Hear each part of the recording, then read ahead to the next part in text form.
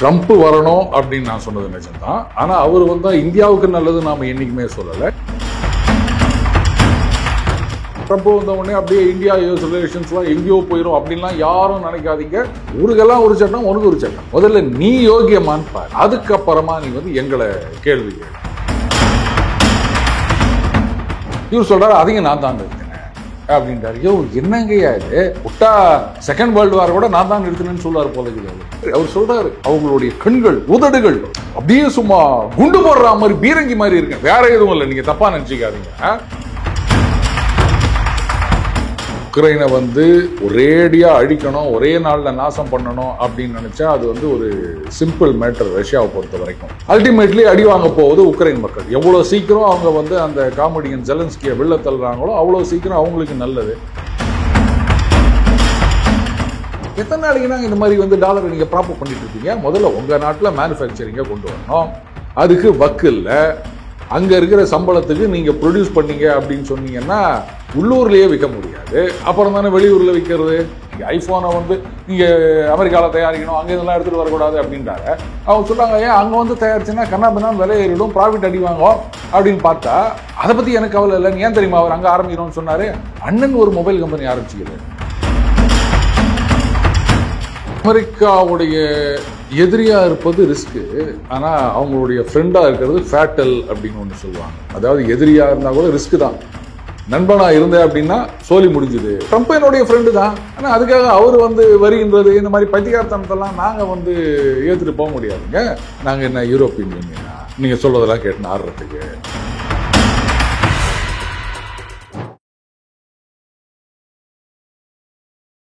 இளைய பாரத நேயர்களுக்கு வணக்கம். இன்னைக்கு நம்ம நேர்காணல நம்ம சிறப்பு விருந்தினர் ஜியோ பொலிட்டிக்கல் சக்கரவர்த்தி மற்றும் ரஷ்யன் ஏஜெண்டா இருக்கக்கூடிய நம்ம அருண் சார் அவர்கள் தான். சார் வணக்கம். சார் வணக்கம் விக்ரம். சார் நீங்க ரஷ்யால ஏஜெண்டா இருந்தாலுமே முதல்லாம் ட்ரம்ப்புக்கு ரொம்ப ஃபயர் விட்டுட்டு இருந்தீங்க சார். அவர் தான் வரணும், அவர் தான் இந்தியாவோட நல்ல உறவு வச்சிருக்காரு அப்படின்ட்டு. கடைசியை இப்போ பார்த்தா எல்லாருமே ட்ரம்ப்பை கழிவு ஊற்ற ஆரம்பிச்சிட்டாங்க. நீங்களே கழிவு ஊற்ற அளவுக்கு மாட்டீங்க. ஏன் சார் இப்படி ஒரு திடீர் மாற்றம்? அதாவது ட்ரம்ப் வரணும் அப்படின்னு நான் சொன்னது நிஜம்தான். ஆனா அவர் இந்தியாவுக்கு நல்லது நாம என்னைக்குமே சொல்லலை. இன்ஃபேக்ட் இந்தியாவுக்கு பிரச்சனைகளும் வரலாம், ஆனாலும் அது அமெரிக்காவுக்கு நல்லது, இன்னொரு விதத்தில் பார்க்க போனா உலகத்துக்கு நல்லது. இப்படிதான் நம்ம சொல்லிட்டு இருந்தோம். அண்ட் இதை நம்ம தெளிவாக சொல்லியிருந்தோம். ட்ரம்ப் வந்த உடனே அப்படியே இந்தியா யூஎஸ் ரிலேஷன்ஸ்லாம் எங்கேயோ போயிடும் அப்படின்லாம் யாரும் நினைக்காதீங்க. இப்படி நெகட்டிவாக கூட இருக்கலாம், இருந்தாலும் ஆல்வேஸ் ட்ரம்ப் இஸ் பெட்டர், என்னுடைய பாயிண்ட் ஆஃப் வியூ. இப்படி தான் நம்ம சொல்லியிருந்தோம். இன்னைக்கும் நான் அதே ஸ்டாண்டில் தான் இருக்கேன். ஃபைனலுக்கு போகிறோம். போகும்போது அந்த டீம் வந்தால் நல்லா இருக்கும், ஜெயிக்கலாம், இந்த டீம் வரக்கூடாது இப்படின்னு சொன்னா நீ எல்லாம் ஒரு டீமா, நீ எல்லாம் ஒரு கேப்டனா? கேட்பமா மாட்டோமா? எவ்வளவு பெரிய சக்தி வாய்ந்த டீம் வந்தாலும் அடிச்சு நவுத்தி மேலே வரணும், அதான்டா டீம். அப்படிதான் நம்ம சொல்கிறோம். அந்த மாதிரி இல்லை எனக்கு சாதகமான ஆள் அங்கே வந்தாதான் அப்படின்லாம் இருந்தால் அது வேலைக்கு ஆகாதுங்க. எவ்வளோ பாதகமாக இருந்தாலும் அதெல்லாம் உடைச்சிட்டு வரணும். இப்போ சினிமாவில் ஹீரோ அப்படின்னா அவருக்கு ஏகப்பட்ட தடைகள் வரும். வில்லன் கொச்சல் குத்துனே இருப்பான், கிளைமேக்ஸ் வரைக்கும் கொச்சல் குத்துனே இருப்பான், அதுக்கப்புறம் அடிச்சு நவுத்திட்டு வராரு. அந்த மாதிரி வில்லன் எந்த அளவுக்கு பெரிய அளவில் இருக்கானோ அப்போ தான் ஹீரோவோட கேரக்டரும் பில்டப் ஆகும் இல்லையா? நீ பாட்டுக்கு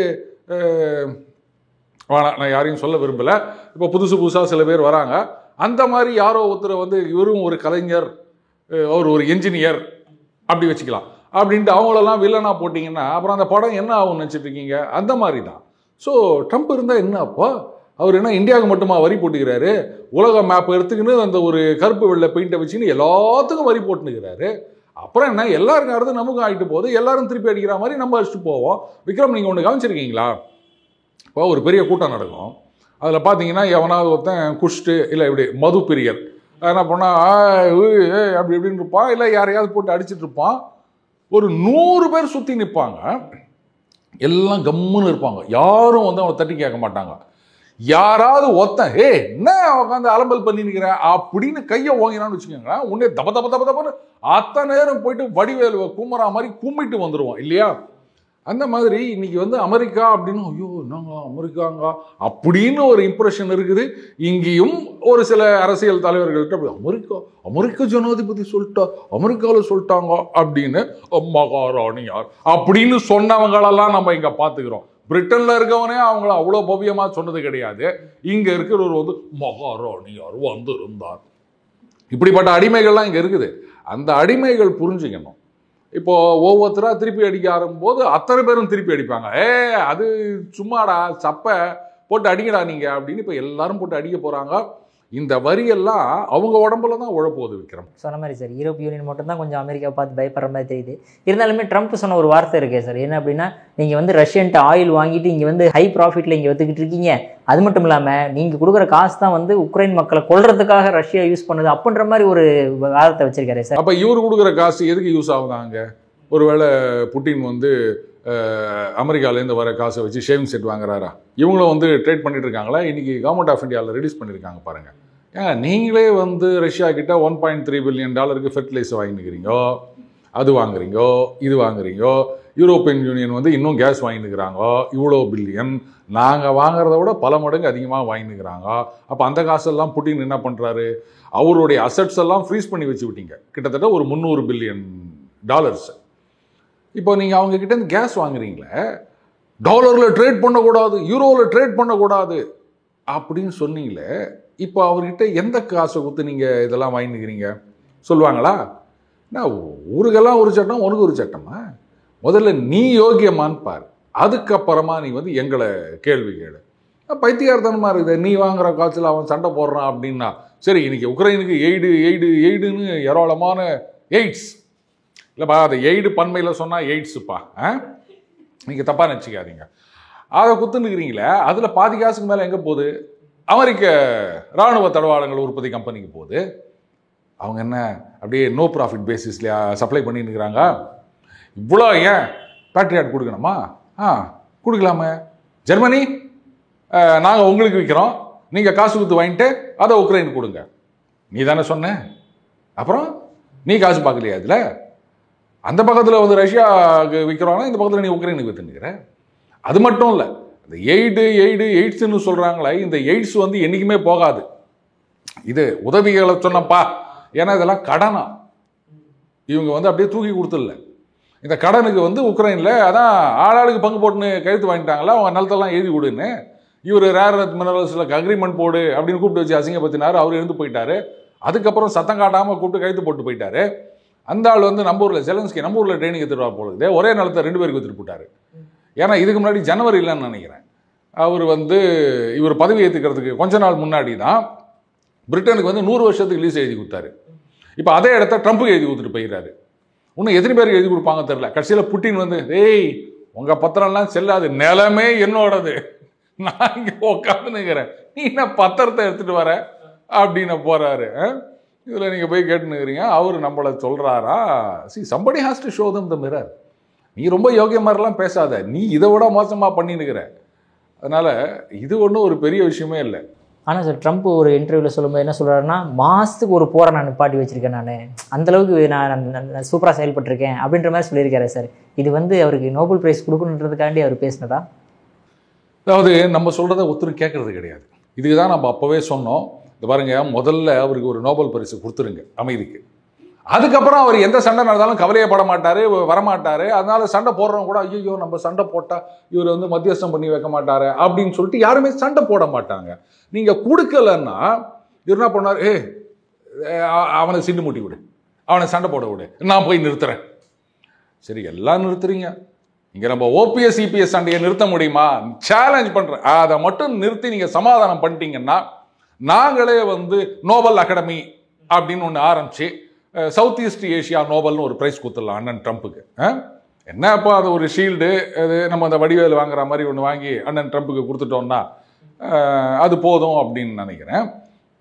எந்த சண்டையை நிறுத்தினார்? இப்போ அந்த லிஸ்ட்டில் வந்து வியட்நாம் கம்போடியா சண்டையை சேர்த்துக்கிறாங்க. அந்த ப்ரெஸ் செக்ரட்டரி சொல்கிறாங்க, அவங்க வந்து நீங்களாம் இந்த பக்கமே வராதிங்க அப்படின்னு சொல்லிட்டு மலேசியாவோட வச்சு பேச்சுவார்த்தையை முடிச்சு அவங்க சமாதானமாக போயிட்டாங்க. இவர் சொல்கிறார், அதையும் நான் தான் நிறுத்தினேன் அப்படின்றார். என்னங்கய்யா இது? விட்டா செகண்ட் வேர்ல்டு வார் கூட நான் தான் நிறுத்தினேன்னு சொல்லுவார் போல இருக்குது. அவர் தான் பைத்தியகாரத்தனமாக பேசினுக்கிறாருன்னா அந்த ப்ரெஸ் செக்ரட்டரி ஐயோ பாவம். நீங்கள் இங்கே சில பேரை ஒரு இந்த ஊடகவியலாளர்கள் அவங்களெல்லாம் வந்து நம்ம கிண்டல் பண்ணின்னுக்கிறோம், இப்படியாவது முரட்டு முட்டு கொடுக்கறது அப்படின்னு. அந்த ப்ரெஸ் செக்ரட்டரி அவர் சொல்கிறாரு, அவங்களுடைய கண்கள் உதடுகள் அப்படியே சும்மா குண்டு போடுற மாதிரி பீரங்கி மாதிரி இருக்கு, வேற எதுவும் இல்லை. நீங்கள் தப்பாக நினச்சிக்காதீங்க. ஏன்னா ட்ரம்ப் அப்படிப்பட்ட ஆளுன்றதுனாலேயே நீங்கள் அந்த மாதிரிலாம் யோசிக்காதீங்க. அவர் அப்படி தான் சொல்லியிருக்காரு. அப்போ அவங்க வந்து எவ்வளோ ஃபீல் பண்ணுவாங்க. ஐயோ இப்படிலாம் முரட்டு முட்டு கொடுக்க வேண்டியதாக இவருக்கு. Okay sir. அடுத்த இப்போ நம்ம சொல்லும்போது இப்போ உக்ரைன் திடீர்னு ரஷ்யாவோட ஒரு ஆயில் ஃபீல்டை வந்து அட்டாக் பண்ணி வேற லெவலில் போட்டுட்ருக்காங்களே சார், எந்த அளவுக்கு நடந்தது சார் அதுங்க? அதாவதுங்க, இது வந்து புட்டினுடைய அந்த பொறுமை இதையெல்லாம் சோதிக்கின்றார்கள். அதுதான் நான் சொல்லுவேன். உக்ரைனை வந்து ஒரேடியாக அழிக்கணும், ஒரே நாளில் நாசம் பண்ணணும் அப்படின்னு நினச்சா அது வந்து ஒரு சிம்பிள் மேட்டர் ரஷ்யாவை பொறுத்த வரைக்கும். ஆனால் அவங்க வந்து அதை பண்ண மாட்டேங்கிறாங்க. என்னன்னா, நமக்கு உக்ரைன் முழுசாக வேணும், எல்லாத்தையும் நாசம் பண்ணிட்டு அதுக்கப்புறம் என்ன பண்ணுறது அப்படின்னு யோசிச்சுட்டு இருக்காங்க. இவங்க வந்து சீண்டி விளையாடிட்டு இருக்காங்க. இதுதான் நடக்குது. அல்டிமேட்லி அடி வாங்க போவது உக்ரைன் மக்கள். எவ்வளோ சீக்கிரம் அவங்க வந்து அந்த காமெடியன் ஜெலன்ஸ்கியை வெளில தள்ளுறாங்களோ அவ்வளோ சீக்கிரம் அவங்களுக்கு நல்லது. இல்லை அப்படின்னா ஒட்டுமொத்தமாக நாசமாக போக வேண்டியது தான். இந்த மாதிரி ஒரு காமெடியனை கொண்டு வந்து பதவியில் உட்கார வச்சதுக்கான பலனை அந்த நாட்டு மக்கள் அனுபவிக்க வேண்டும். Okay sir. இப்போ இந்த ட்ரம்ப் அவர்கள் வந்து இந்த டேரிஃப்னால வந்து இந்தியாவோட ஜிடிபி பாதிக்கப்படுமா சார்? எல்லாருமே வந்து ஜிடிபி பாதிச்சுன்ற மாதிரியே இங்கே இருக்கக்கூடிய காங்கிரஸ்காரங்கள்லாம் குற்றச்சாட்டு வைக்கிறாங்க. அதாவது ஜிடிபியில் வந்து நம்ம இத்தனாவது இடத்துல வந்துட்டோம் அப்படின்னு சொன்னால் உடனே ஜிடிபிலாம் ஒரு இதுவா, பர்ச்சேசிங் பவர் ப்ராரிட்டி அதை தான் பார்க்கணும் அப்படின்னு வடை சுட்டாங்க. இப்போ ஜிடிபின்றாங்க. ஏய், உங்களுக்கு எது முக்கியம்? ஜிடிபி முக்கியமா, பிபிபி முக்கியமா? நான் அதுனா இது, இதுனா என்ன அர்த்தம்? அது அடுத்தது சரி, ரைட்டு, நாம் வந்து கிட்டத்தட்ட ஒரு 85-90 பில்லியன் டாலருக்கு அமெரிக்காவுக்கு ஏற்றுமதி செய்கின்றோம். அந்த மார்க்கெட் போச்சு அப்படின்னு சொன்னால் பையர்ஸ் கிடைக்கிறது கொஞ்சம் கஷ்டம். செல்லர்ஸ், அதுவும் இந்த நிஷ் ஐட்டம்ன்றது வேற, நார்மலான விஷயங்களுக்கு வாங்கிறதுக்கு கிடைக்கும். விற்கும் போது தான் நம்ம கஸ்டமரை தேடணும் இல்லையா? பட் அது ஒன்றும் பெரிய விஷயம் இல்லை. We can diversify. அந்த அளவுக்கு ஒன்றும் இது பண்ணல. அண்டு இதில் வந்து பார்த்தீங்கன்னா அந்த 85 பில்லியன், நம்ம 85-90 பில்லியன் அனுப்புறதுலேயே நிறைய விஷயங்களுக்கு வந்து அவர் ஏற்கனவே விலக்கு கொடுத்து விட்டார். ஏன்னா அதெல்லாம் அங்கே அடி வாங்குன்றதுனால, எலக்ட்ரானிக்ஸு, மருந்து, இந்த மாதிரி விஷயங்கள்லாம் இல்லைங்க, அது இல்லைன்னா எங்களால் சர்வைவ் ஆக முடியாது அப்படின்னு. ஸோ அது போக மீதி இருக்கின்ற வேறு விஷயங்கள் அப்படின்னு பார்த்தீங்கன்னா அது தாராளமாக நம்மளால் வந்து மற்ற நாடுகளுக்கு ஏற்றுமதி பண்ண முடியும். இப்போ இந்த பிரிட்டனோட அந்த ஃப்ரீ ட்ரேடு அக்ரிமெண்ட் இருக்குது. ஸோ அங்கே புதுசாக நமக்கு மார்க்கெட்டு வரப்போகுது, ஓப்பன் பண்ணியிருக்கோம். அடுத்தது வந்து ஓப்பன் பண்ணியிருக்கோன்னா உழவு சந்தை மாதிரி ஓப்பன் பண்ணியிருக்காங்களான்னு சொல்லாங்க. ஆக்சஸ், அதுதான் நான் சொன்னேன். அடுத்தது யூரோப்பியன் யூனியனோட நம்ம பேசிகிட்டு இருக்கோம். அது விரைவிலேயே வந்ததுன்னு சொன்னால் அது ஒரு பெரிய மார்க்கெட்டு. ஏன்னா அவங்க வந்து சீனாலேருந்து வர்றதை அங்கே இருக்க மக்களே விரும்புறதில்லை. இதெல்லாம் அவ்வளோ நல்லா இருக்காது குவாலிட்டி அப்படின்றாங்க. ஏன்னா அங்கே நண்பர்கள் இருக்கிறதுனால அவங்க சொல்கிறத வச்சு நான் சொல்கிறேன்.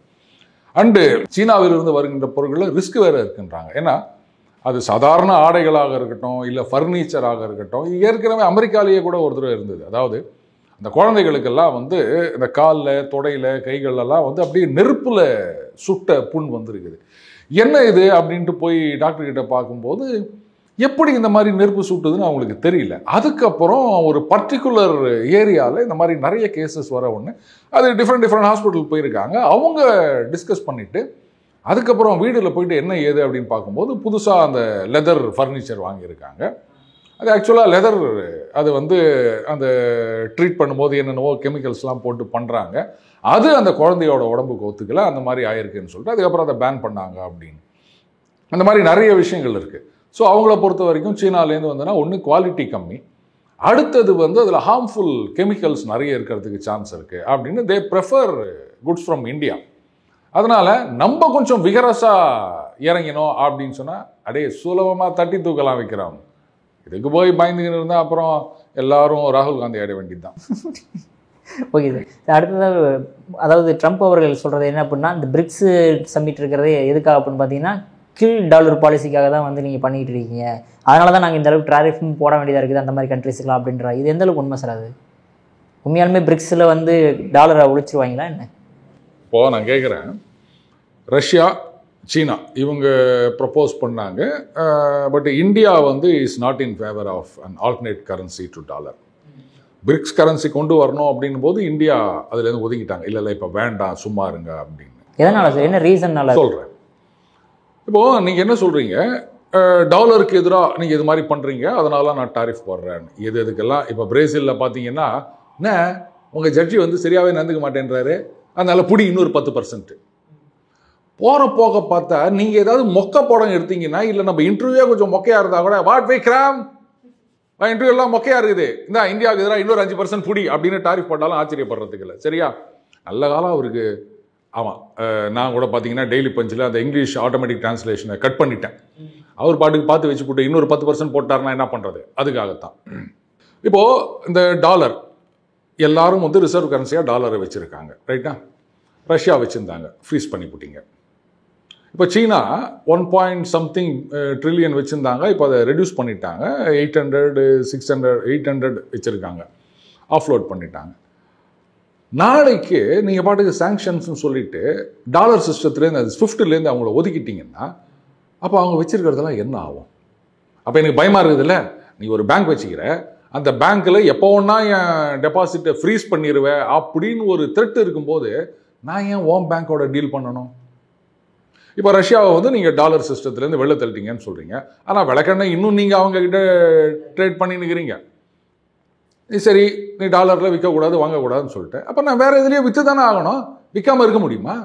இப்போ ரஷ்யா கிட்டேருந்து நம்ம வாங்கணும்னா டாலர் கொடுக்க முடியாது, அப்போ நான் வேறு எதையாவது கொடுக்கணும்ல. நீ தானே என்ன ஃபோர்ஸ் பண்ணுற? இல்லைப்பா, நீ யார் கூட வேணா டாலரில் ட்ரேட் பண்ணிக்கப்பா, எனக்கு ஒன்றும் பிரச்சனை இல்லை அப்படின்னு சொன்னால் ரஷ்யா பாட்டுக்கு டாலரில் ட்ரேட் பண்ணி இருக்க போகிறாங்க. அவங்க டாலர் வாடான்னு சொல்லவே இல்லை. செயின் சும்மா தான் இருக்குது டாலர் இல்லாமல். நீங்கள் தான் வந்து அவனை டாலர் விட்டு ஒழிச்சிங்க. அவங்க பார்த்தாங்க, எல்லாருக்கும் பயம் வந்துச்சு. இவனை இது மாதிரியே பண்ணின்னுக்கிறான், நம்ம காசு எடுத்து வச்சுன்னு நமக்கே கொடுக்க மாட்டேன்னு அல்வா குத்துனுக்கிறான், அதனால டாலரே வேணாம் அப்படின்றாங்க. எத்தனை நாளைக்கு தான் இந்த மாதிரி வந்து டாலரை நீங்கள் ப்ராப்பர் பண்ணிட்டு இருப்பீங்க? முதல்ல உங்கள் நாட்டில் மேனுஃபேக்சரிங்கை கொண்டு வரணும். அதுக்கு வக்கு இல்லை.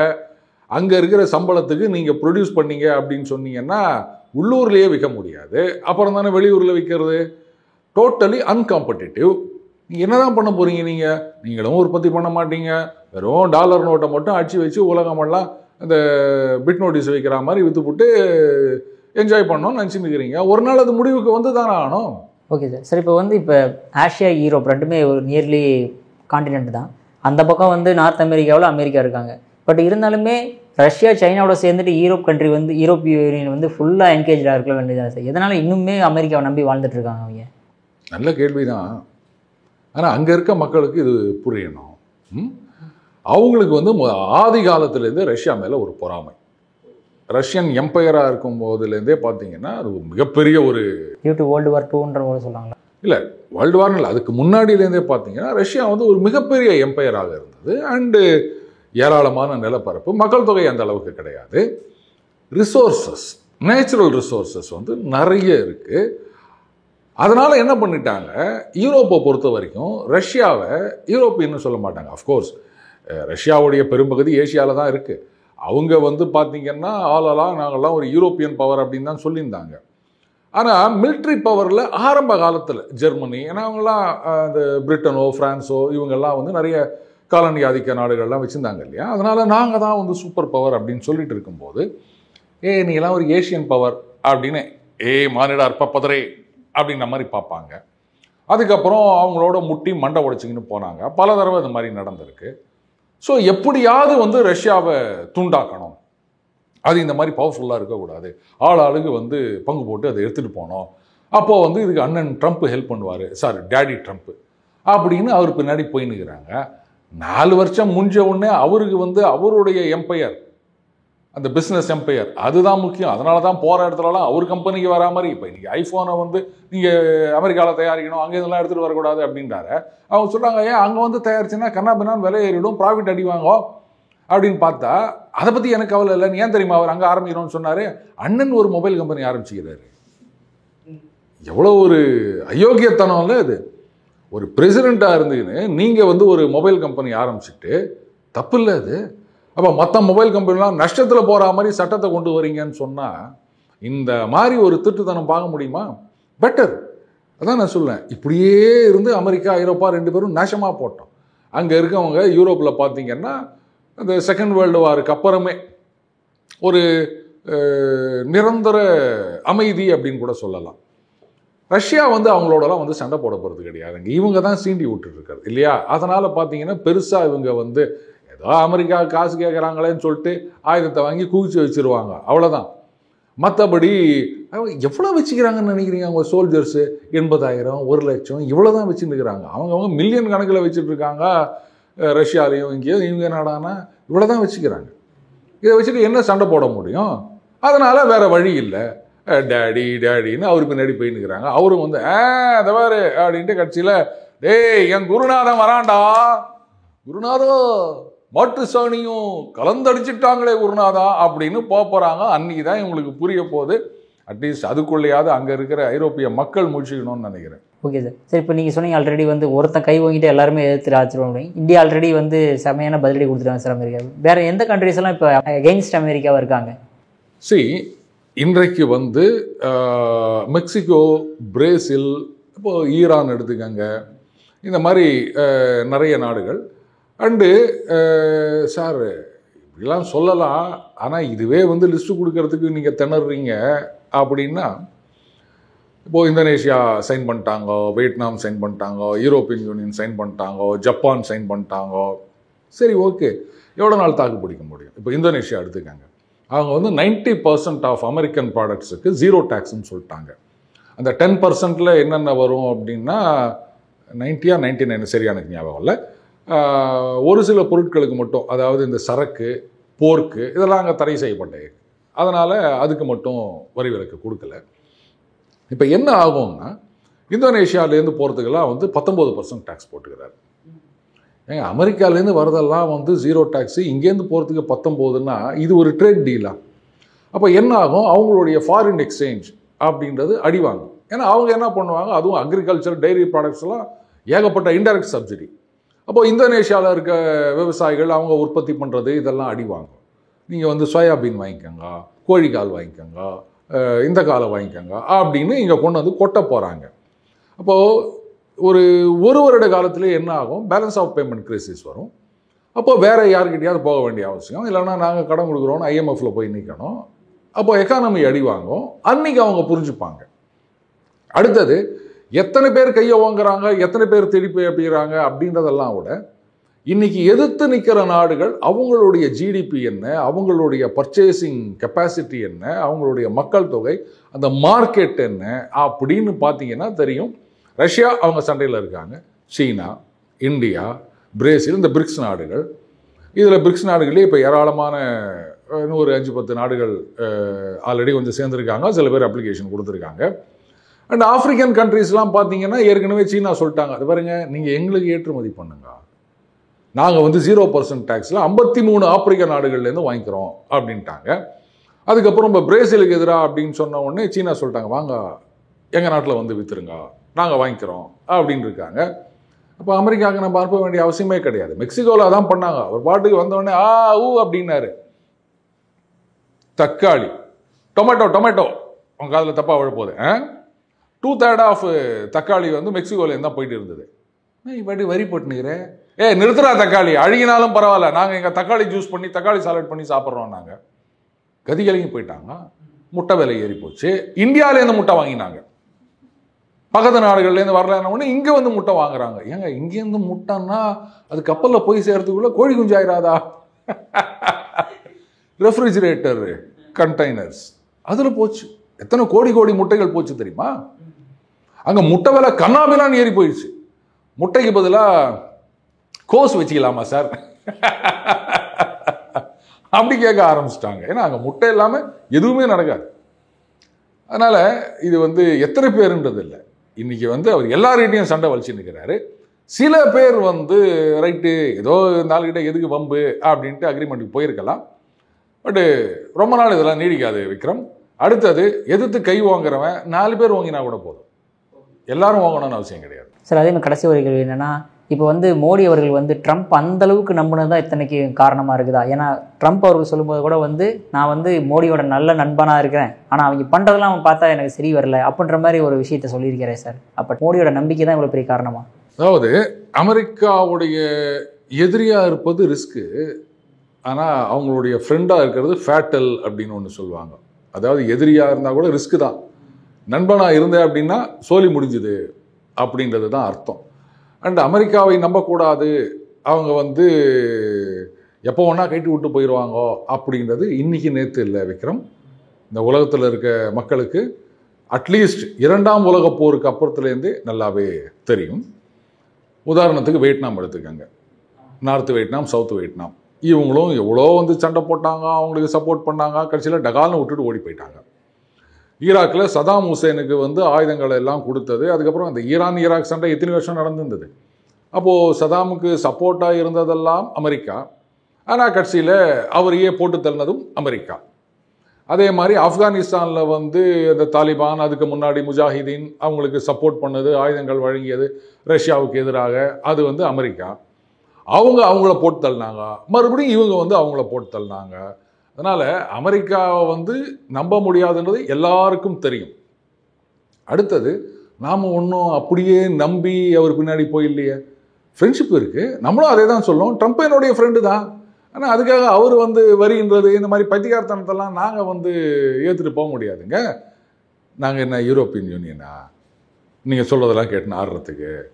அதனால் அதான் நாங்கள் பதிலடி நீ கொடுத்துருவோம் பாருங்கள், சூப்பராக, நீ ரொம்ப யோக்கியமா, நீங்கள்லாம் அவ்வளோ வாங்குறீங்க பாரு அப்படின்னு ஒரே ஒரு ஸ்டேட்மெண்ட். நாங்கள் ட்ரூத் சோஷியலு இல்லை வந்து அன்ட்ரூத் ப்ரைவேட்டு அப்படின்லாம் தனியாலாம் ஆரம்பிக்கலை. எங்கள் கவர்மெண்ட் ஆஃப் இந்தியா ஒரு ஸ்டேட்மெண்ட் ரிலீஸ் பண்ணியிருக்காங்க. அதில் உங்கள் ஹிப்போக்ரஸியை நாங்கள் வந்து வெளிச்சம் போட்டு காமிச்சிருக்கோம். இதுக்கு மேலே என்ன பண்ணணும்னு நினைக்கிறீங்க? அதனால் அமெரிக்காவை நம்பக்கூடாது அப்படின்றது எல்லாருக்கும் தெரியும். அண்டு இந்தியா வந்து ஐயோ நாங்கள் அமெரிக்கா தான் ஒரே நம்பிக்கை அப்படின்னு சொல்லவே இல்லை. சொல்லப்போனால் நாம் வந்து அமெரிக்கா, ரஷ்யா 2 பேருக்கும் நட்புறவாக இருக்கோம். இந்த பக்கத்துலேருந்து ஆர்ம்ஸ் வாங்கிட்டு இருக்கோம். இப்போ ஆயில் வாங்குகிறோம். இதுக்கு முன்னாடி ரஷ்யா கிட்டேருந்து அந்த S-400 வாங்கினப்போ அதெல்லாம் நீங்கள் வாங்கக்கூடாது இதே சொன்னாங்கல்ல அமெரிக்காவில். அப்புறம் என்ன பண்ண, அந்த காட்ஸான்னு ஒன்று இருக்குது, அது வந்து அவங்க மேலே பிரயோகிப்போம் அப்படின்வாங்க. அப்புறம் கட்சியில் சரி இந்தியா நமது நட்பு நாடு அதனால் இருக்கட்டும், ரஷ்யா கிட்டேருந்து ஆயுதம் வாங்குவோம், குவாடில் மெம்பராக இருப்போம், அமெரிக்கா, ஜப்பான், ஆஸ்திரேலியா, இந்தியா அப்படின்னு. ஸோ எல்லாரோடையும் நம்மளுடைய தேவை என்ன, நம்ம தேசத்துக்கு எது நல்லது அப்படின்றத பார்த்து தான் இருக்குமே தவிர, ட்ரம்போட ஃப்ரெண்ட்ஷிப்பு அப்படின்னு சொல்லிட்டு நம்ம ஆஹா ஓஹான்னு இந்த இந்தி சீனி பை பை அப்படின்னு சொல்லிட்டு சீனாக்காரன் அவனை நம்பாதீங்க ஏமாத்திடுவான் அப்படின்னு சொன்னப்போ எதுவுமே கண்டுக்காம எத்தனை 1000 ஸ்கொயர் கிலோமீட்டரை சீனாவுக்கு தாரவாத்து கொடுத்துட்டு உக்காந்தாரு பாருங்க நேரு. அந்த மாதிரி ஏமாந்து போகிற ஆள் மோடி கிடையாது. ஏன்னா இஸ் நாட் நேரு, அவ்வளோதான். சார் உங்கள் அற்புதமான கருத்தை லேபார் பார்த்ததற்கு மிக்க நன்றி சார். நன்றி வைக்கிறோம்.